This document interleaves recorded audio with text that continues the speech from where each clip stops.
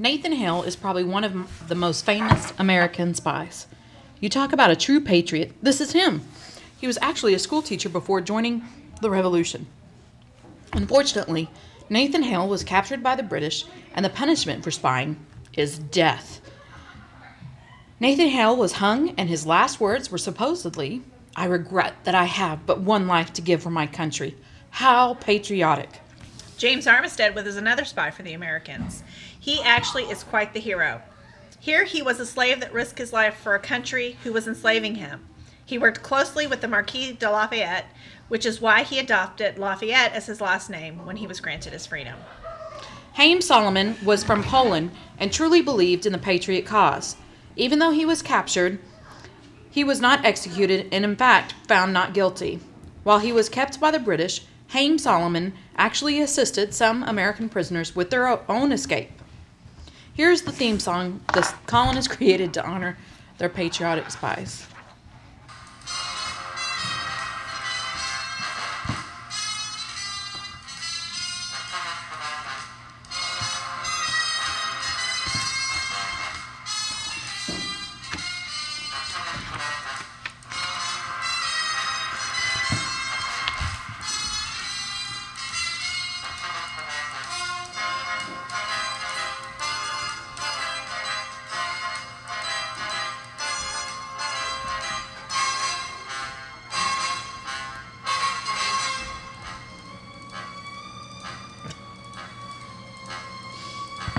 I just want to point out while this is finishing up, notice again, names that are highlighted in different fonts and different colors, extremely important. Here's where it gets interesting. Surely you know the story of Benedict Arnold, the greatest traitor of all times in American history. What a slime bag. Anyway, here's how it all went down. You see, Benedict Arnold was actually a great American officer. Remember his bravery that he showed at Saratoga? However, he soon grew to be a big whiner. He thought he deserved a pay raise and a promotion to a higher ranking in the military. However, Congress did not agree. Arnold's wife also thought he should be making more money and really pressured him to do something about it. In fact, it was actually her idea to sell his soul to the British. Benedict Arnold began arranging his traitors' switch to the other side with Major John Andre. Believe it or not, but the grand plan, including Arnold surrendering his army and West Point, which was a key fort, and he planned to do it at a time when he knew that George Washington would be visiting that fort. Can you believe it? What a disgusting excuse for an American. And to make matters worse, Washington actually really respected Arnold. Fortunately for Washington, the plan fell through. You see, Arnold demanded that Andre meet him in person for their last meeting and final negotiations. Andre was forced to take a risky move. He had to leave his British ship and come behind enemy lines. He had a decision to make. He could wear his uniform and be easier to spot. If he were caught, he would be treated as a prisoner of war. If he wore plain clothes, he would blend in easier with the people. However, if he was caught in plain clothes, he would be treated as a spy. Andre decided to wear plain clothes.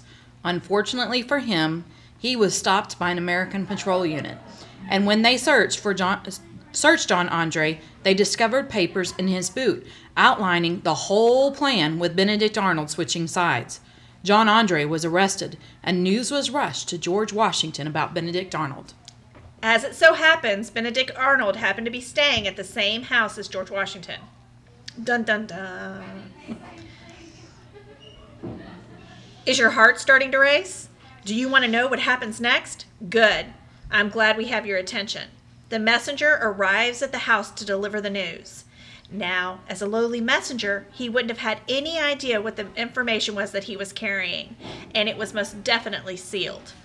Arnold opens the door and happens to be alone as Washington is still upstairs. Arnold takes the letter and promises the messenger he will give the letter to Washington. Instead, Arnold opens the letter and realizes that he's been caught. Arnold flees the house and rides to the British side where he becomes a nobody. We call this sweet justice for the pig. If Arnold had stayed with the American side, he probably would have been a hero. As for Andre, he asked Washington for a soldier's death, which would involve him being shot instead of hung. Washington denied his request and instead he received the spy's death, hanging. Here is a song the colonists sang to represent Arnold.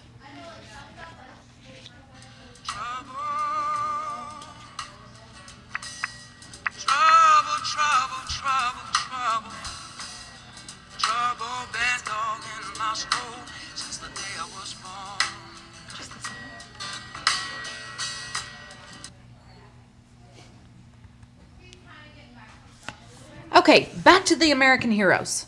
John Paul Jones was just one of these heroes. By the way, his real name is not John Paul Jones, but instead John Paul. He was from Scotland and worked on ships. During a voyage, there was a mutiny aboard the ship, meaning the crew overthrew the captain, probably killing him. During this mutiny, a man was killed and John Paul was accused of killing the man. He fled to America and changed his name to John Paul Jones. I know. What an alias. No one would ever guess that John Paul was the same person as John Paul Jones. Thankfully for us, John Paul Jones' knowledge of the sea proved invaluable. Remember that the Americans don't have much of a navy, just a few captured British ships and merchant ships that have been somewhat converted into Navy ships. John steered the Bonhomme Richard, named for Benjamin Franklin, whose famous book was titled Poor Richard's Almanac, off the coast of England and engaged the British ship Serapis. When it seemed like the Bonhomme Richard was a goner, the British called for Jones's surrender. However, Jones' only reply was, "I have just begun to fight." Jones went on to win the battle. Here is the song the colonists wrote for their hero, John Paul Jones. When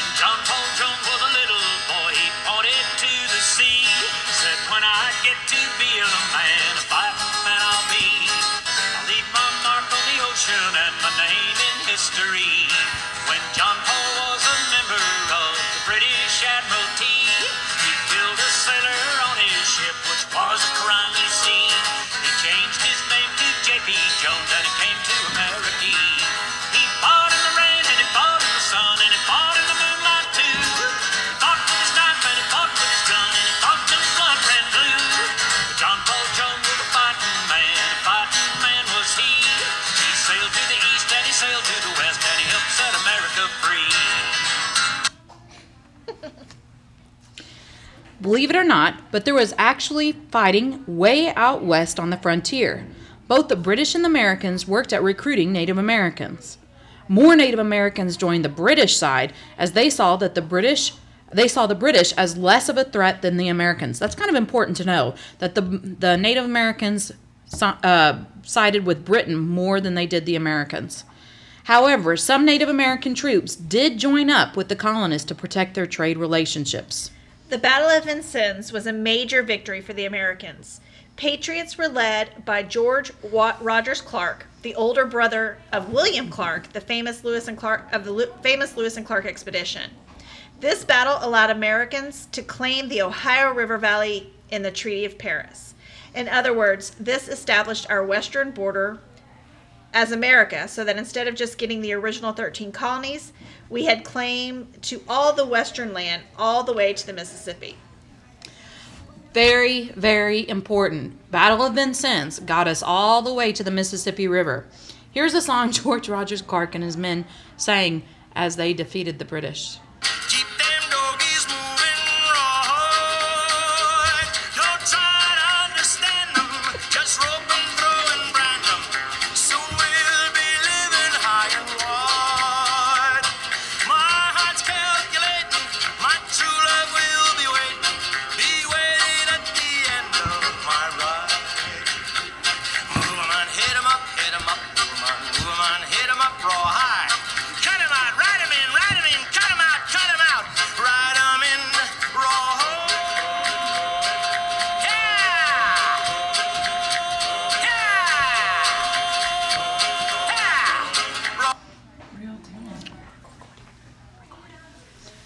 In the South, we found many more loyalists. In fact, these loyalists actually hurt the Patriot cause. The Patriots will face mainly losses in the South. If you ever saw the movie The Patriot, it was actually based on a real patriot in the South. And no, we don't have time to watch the movie. Francis Marion was this patriot's name. His nickname was the Swamp Fox, since he eluded the British by living in the swampy areas with other patriot militiamen. This ragtag team of militiamen were successful in ambushing the British as they traveled from location to location. They were really known for their use of guerrilla tactics in the South. Francis Marion was able to help Lafayette as he trails British General Cornwallis to a defensive position at Yorktown, Virginia. Here's a song the colonists used to call the Swamp Fox and his men. When that moment finally comes, I'll be there to help. On that day when you need your brothers and sisters to care, I'll be right here. Citizen soldiers holding the line for the ones that we guide from the dark of despair. Standing on guard for the ones that we shelter. We'll always be ready, 'cause we will always be there.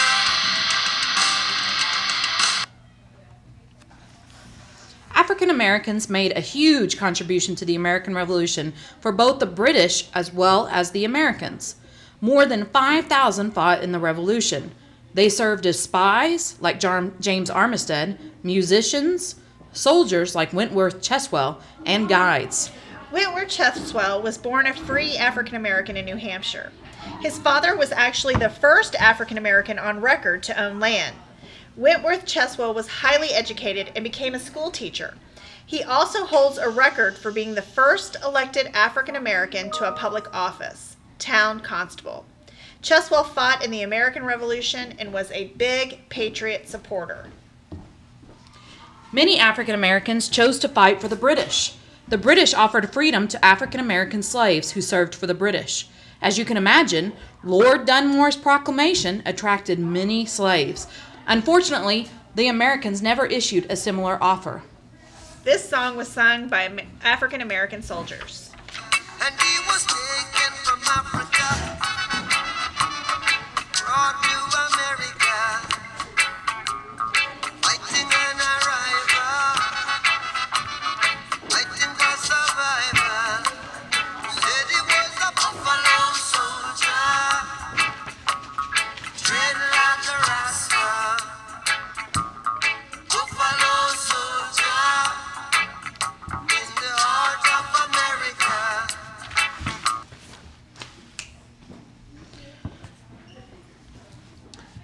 Women also had an important role in the Revolution. Abigail Adams, wife of one of our founding fathers, John Adams, she was a believer in women's rights before it even became a blip on the radar. She wrote many letters to her husband, John Adams, while he was with the committee responsible for writing the Declaration of Independence and setting up new government. She encouraged him to protect women's rights as well. At home, women were responsible for running homes, farms, and businesses while the men were away fighting. Some women followed their men to the battlefields. They served as cooks, nurses, and some even participated in battle. Molly Ludwig Hayes, whose nickname was Molly Pitcher, since she brought water to the soldiers, stood in for her husband at a cannon when he was injured. Deborah Sampson actually disguised herself as a man and served as a soldier. After being injured, she was discovered and kicked out of the army. What did good old Deborah do next? She re-enlisted again. She was actually busted a second time, and it wasn't until many years later that she received pay for her contribution. This songwriter felt it was important to honor these very, very independent women.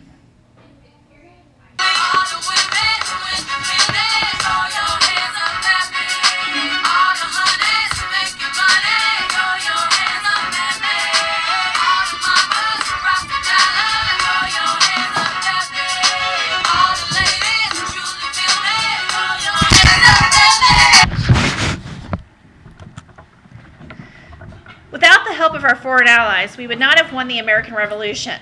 There's a good chance we would still be speaking with a British accent. The French were the first to send aid to the Patriot cause, specifically the Marquis de Lafayette.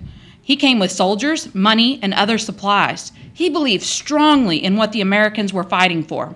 He actually became quite close to George Washington, and they stayed in touch after the war. He even named his first son George Washington Lafayette. The French will also provide their powerful navy, which will help bring the revolution to an end. Comte de Grasse and Comte de Rochambeau were two French officers who helped as well. The Spaniards joined the revolution on the colonist side. Bernardo de Galvez, the governor of the Louisiana Territory, helped bring supplies from Mexico to the colonists.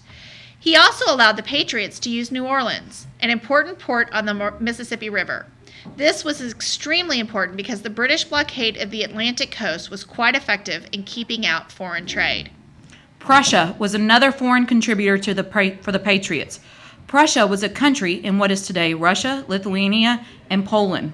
Prussia was known for its skilled military. They sent officers like Frederick von Steuben to help train the Continental Army. To show their appreciation for their foreign allies, the colonists created a montage of the three countries' anthems.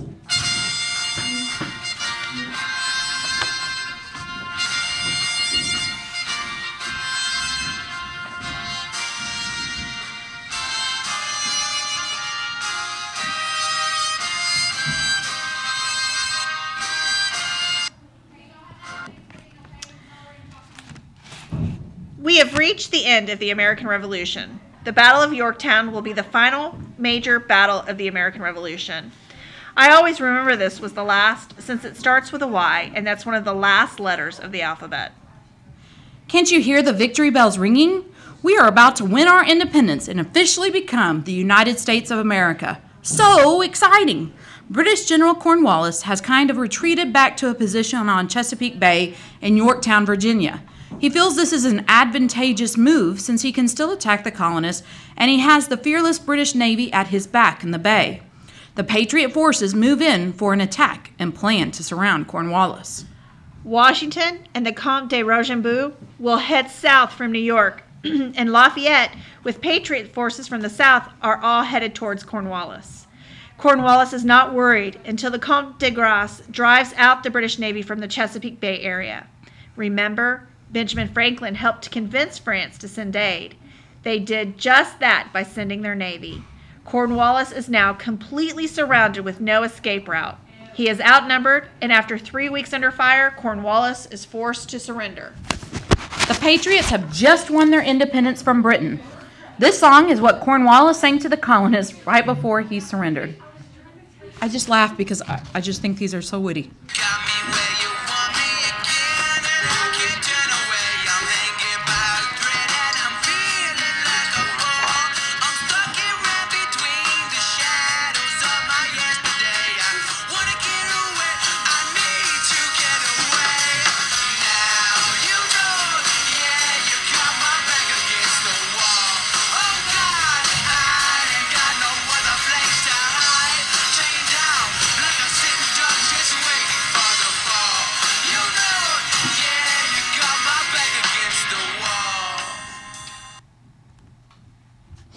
Here you can see all the forces meeting in Yorktown and surrounding Cornwallis. So the red right here, that's Cornwallis. And here's the French Navy coming in, about to drive out the British Navy. And then here is all the other Patriot forces. Sorry about the bell. Remember John Trumbull? He's the guy who painted the signing of the Declaration of Independence painting we discussed. Write down who you think these people are and exactly what is happening. We will discuss this picture in class. The Treaty of Paris took 2 years to negotiate. I think this should help you to understand how important this document truly is. For this is what officially established our first boundaries as the United States of America.